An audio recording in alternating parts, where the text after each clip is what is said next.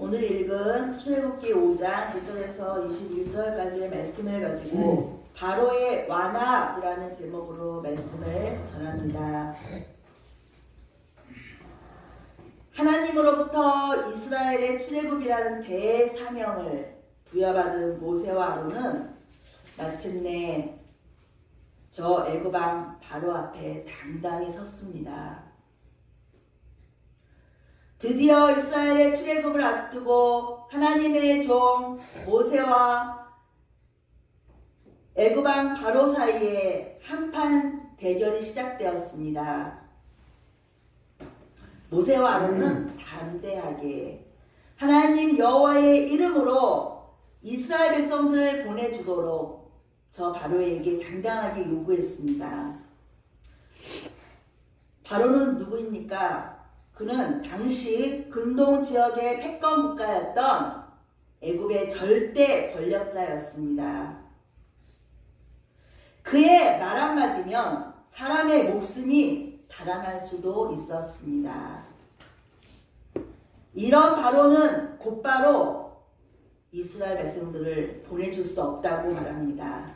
2절입니다. 2절 시작. 바로가 이르되 여호와가 누구이기에 내가 그의 목소리를 듣고 이스라엘을 보내느냐. 나는 여호와를 알지 못하니 이스라엘을 보내지 아니하리라.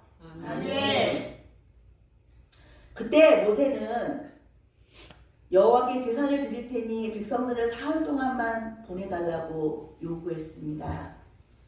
그때 3절입니다. 3절 시작. 그들이 이르되 히브리의 하나님이 우리에게 나타나셨은즉 우리가 광야로 사흘쯤 가서 우리 하나님 여호와께 제사를 드리려 하오니 가도록 허락하소서. 여호와께서 전염병이나 칼로 우리를 치실까 두려워하나이다. 아멘. 이 말을 들은 저 바로는 더 완악해져서 오히려 저 이스라엘 백성들에게 더 힘든 노역을 시켰습니다. 결국 백성들만 더 무거운 짐을 떠안게 된 것입니다. 벽돌을 만드는데 짚은 주지 않고 똑같은 양의 벽돌을 만들라고 완악함을 강하게 드러내고 있습니다. 모세의 계획은 하나님의 계획이었습니다. 결국 백성들을 더 힘들고 지치도록 만드신 분이 바로 하나님이십니다.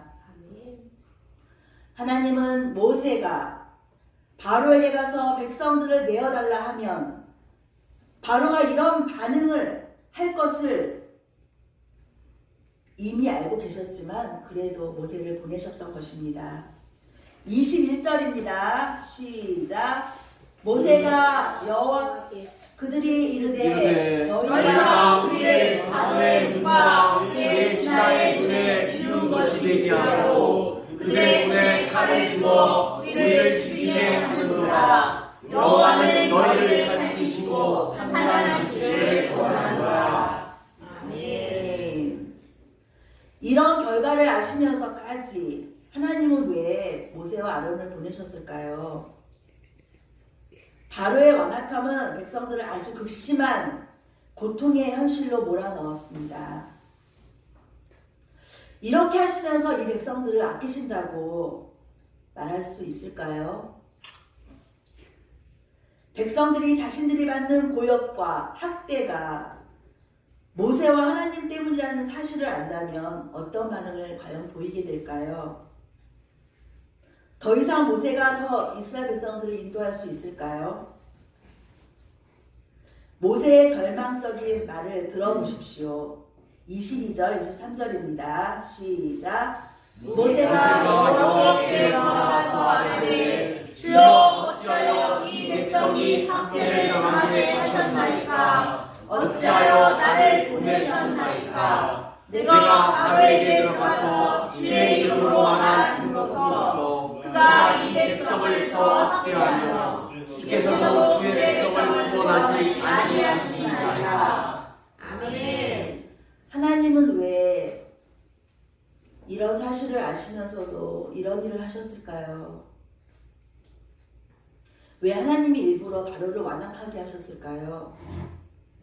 하나님은 실수가 전혀 없으신 분이십니다. 아멘.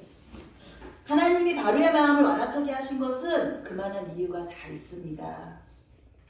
그것은 저 이스라엘 백성들을 더 고통 속으로 몰아넣어서 이들로 하여금 이 일에 대한 책임을 느끼게 하셔서 이들이 백성들을 이끄는 일에 더 사명을 느끼도록 하기 위해서였습니다. 결국 하나님은 이 백성들을 구원하시려는 계획을 여전히 이루시고 계셨습니다. 아멘.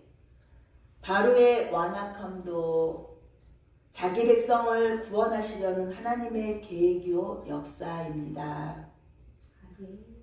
사랑하는 성도 여러분, 우리도 우리 주변에서 완악함을 가진 사람들을 만날 수 있게 됩니다. 이런 사람들이 우리 주변에 있습니다. 이런 사람들을 보면서 우리는 참 많은 생각을 하기도 합니다.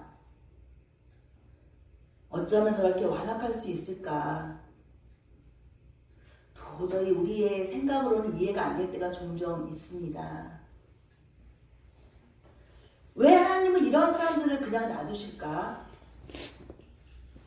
왜 또 저런 사람들은 잘 살고 있을까? 우리는 이것에 대해서 하나님에 대한 의구심마저도 들게 합니다.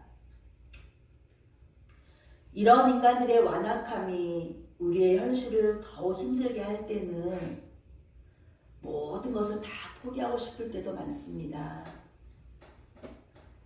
특히 교회 안에서 이런 사람들을 만났을 때 더더욱 절망감을 우리는 지울 수가 없습니다. 여러분들은 이런 경우 어떻게 하셨습니까? 이럴 때 우리는 의욕을 상실하고 맡겨진 일을 다 놓으려고 합니다. 실제로 이런 일로 인해서 절망감을 느끼고 도중에 자신의 일을 포기한 사람들도 많습니다. 하지만 여러분, 명심할 것이 있습니다. 하나님은 하나님의 목적을 이루시기 위해서 이러한 사람들도 반드시 사용한다는 것입니다. 아멘. 인간의 완악함도 하나님의 일을 이루어 가시는 방법임을 우리는 놓치지 말아야 합니다. 어떤 사람에게도 하나님의 손길은 반드시 있습니다. 아멘. 우리는 그것을 명심해야 합니다. 아멘. 이것은 자기 백성들을 구원하시려는 목적이 있기 때문입니다. 그 순간에는 하나님의 사람들이 억울하고 손해를 보는 것 같지만 궁극적으로는 하나님의 자녀들을 구원하시려는 계획이 그 안에 있음을 우리는 명심해야 합니다. 아멘. 이러한 자들을 보면서 사명자들은 결코 힘을 잃으면 안 됩니다. 아멘. 언제나 우리는 하나님을 바라보아야 합니다. 아멘. 이 땅의 사람들은 정도의 차이만 있습니다. 모두가 다 완악한 자들입니다. 저도 완악하고 여기 계신 분들도 다 완악한 자들입니다. 선한 자는 한 사람도 없습니다. 아멘. 오직 주님만이 선하십니다. 아멘. 그래서 더욱더 우리는 하나님만 바라볼 수밖에 없습니다. 아멘. 결과는 누가 책임지십니까? 하나님께서 책임지십니다. 아멘. 여러분, 조금만 견디십시오. 오히려 바로의 완악함을 통해서 당신의 사람들을 복주고 계시다는 사실을 여러분은 잊어서는 안 됩니다. 아멘. 내 주변에 바로가 반드시 있습니다. 이 바로의 완악함을 우리는 이겨야 합니다. 아멘. 절대로 시험 들어서는 안 됩니다. 아멘. 교회에 이러한 자들이 있다고 해서 시험 들어서는 안 됩니다.